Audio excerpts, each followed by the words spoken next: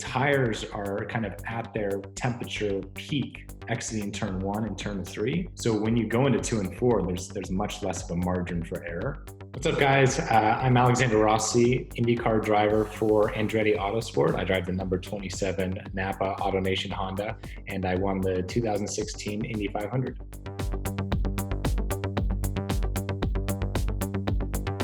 Where we're going to start this video is kind of coming to the green flag.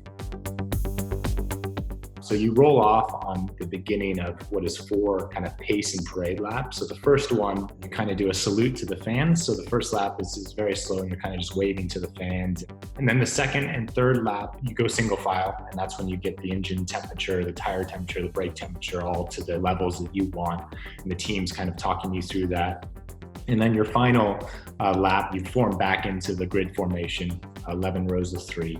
You know, what you're trying to do is kind of just maintain the speed off the car to your inside, because he's really the one setting the pace. And then from that point, you're just waiting until the row in front of you accelerates and you try and go with them. You know, you want to be able to get a jump on the cars around you, but ultimately it's a 500-mile race and there's so much that's going to happen throughout the next kind of 3.5 hours that the last thing you want to do is throw it all away into turn 1.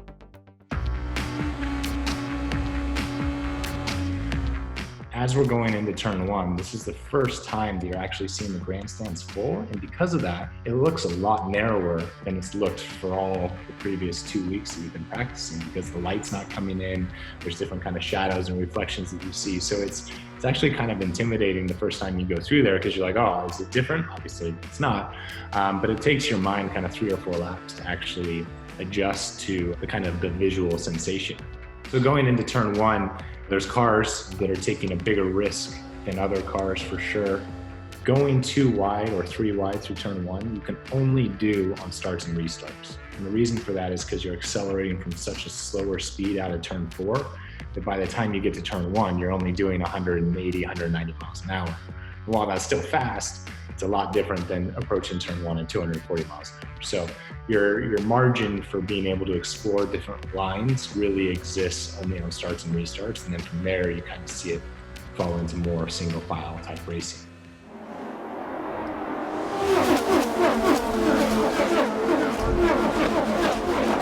As much as geometrically turns 1, 2, 3, and 4 are identical, they're all very different. You're using the short chutes to really change the balance based on how it was through turn 1 that lap. The normal kind of balance is you have a bit of understeer, exit of 1, and understeer into 2.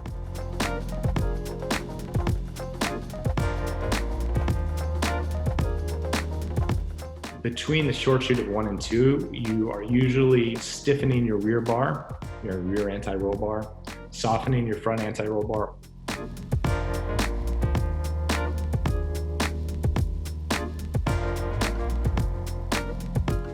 or putting left front weight, so you can change the cross weight of the car. So you can actually move up to 150 pounds from the left front tire to the right front tire, which changes the balance obviously quite a bit.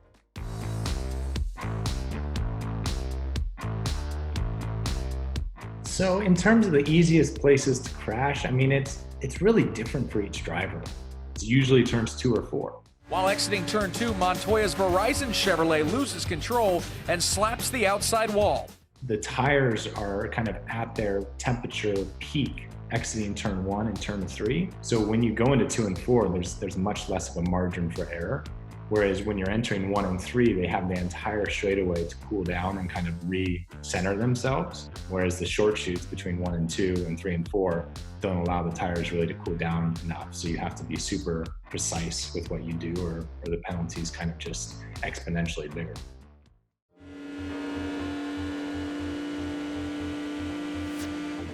These cars are so aerodynamically dependent, and they're made to be run by themselves. So what that means is when the wings and the floor of the car are developed, they're made in a space where the air that's coming at it is clean, meaning it's unobstructed, and the car is going through it as if it was brand new virgin air. Well, when you're behind cars that are going through that air, they're actually dirtying up the air and it's coming at the car in a much more disconnected fashion. So it actually reduces the performance of your car. Where this comes back to your advantage is in the straights. So because they're having to basically punch a hole through clean air, that means that you don't have to do that anymore. So that's where the draft and the slipstream comes into play. So the main goal of winning Indianapolis is, how do you find a car balance that you can stay close enough behind a car in front of you to not lose a draft, but then still fast enough in a straight line to be able to pass them? Because you can obviously put downforce on, raise the rear wing angle, and really glue your car to the ground and be able to corner really well and follow someone super close. But then when you're in a straight and you try and slipstream past them, you don't have enough straight line speed to be able to do that. So it's all about finding that kind of balance between, this is the least amount of grip I can get away with while still being able to pass cars. So going into turn 3, you can see the sparks from the car in front. One thing to keep in mind in a race like this is, because it's so long, the tire pressures are pretty low at the start of the stint. So what you have is, you have the car bottom actually touches the ground, and we call it that bottoming. And so when that happens, there's less of the tire on the ground, which is fine, but you have to be prepared for it, because the car can actually move a little bit and it's hitting the deck. So it's not as composed as it would be. And then going into turn 4, so as you're completing the lap, this is the first time where you're able to actually get a balance check of what the car is doing. So that first lap, you're kind of really seeing, did I make the right call? Is everything kind of as I expected it to be? And even if the first balance check that you do isn't quite what you were hoping for or expecting, there's enough pit stops and enough time throughout the race where you can tune on the car and adjust tire pressures and wing angles that theoretically, if you play your cards right, by the end of the race, you can dial in the car to be what you need it to be to win.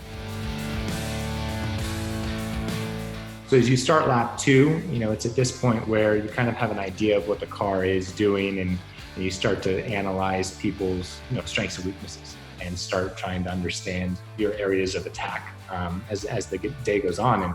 And quite honestly, that changes, every 5 to 10 laps. As your fuel load decreases, your car balance changes, and the temperatures are always fluctuating. 2 to 3 degrees of track temperature can make a big difference on the balance of your car. And it's the guy that's able to stay on top of it the most and make the best calls, and obviously have a good car underneath him that's ultimately able to win an Indianapolis 500. 2016 Indy 500 was my first 500. It was my second race ever on an oval.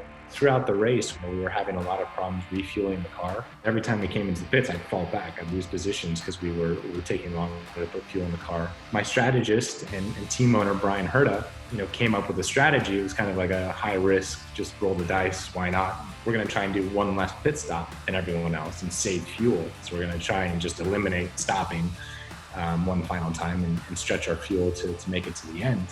We always knew that we were going to run out of fuel on the final lap. It was just going to be a matter of, when did we run out, and would we have enough of a lead to be able to basically coast across the finish line. So we had enough fuel to get us all the way out of 2 through turn 3, and as we were in the short chute between 3 and 4, we ran out of gas. So just pulled the clutch in and just waited and just literally freewheeled all the way from the middle of turn 4 to the finish line. We started the lap with a 24-second lead and won by 3.8 seconds. Certainly a very strange way to win that race.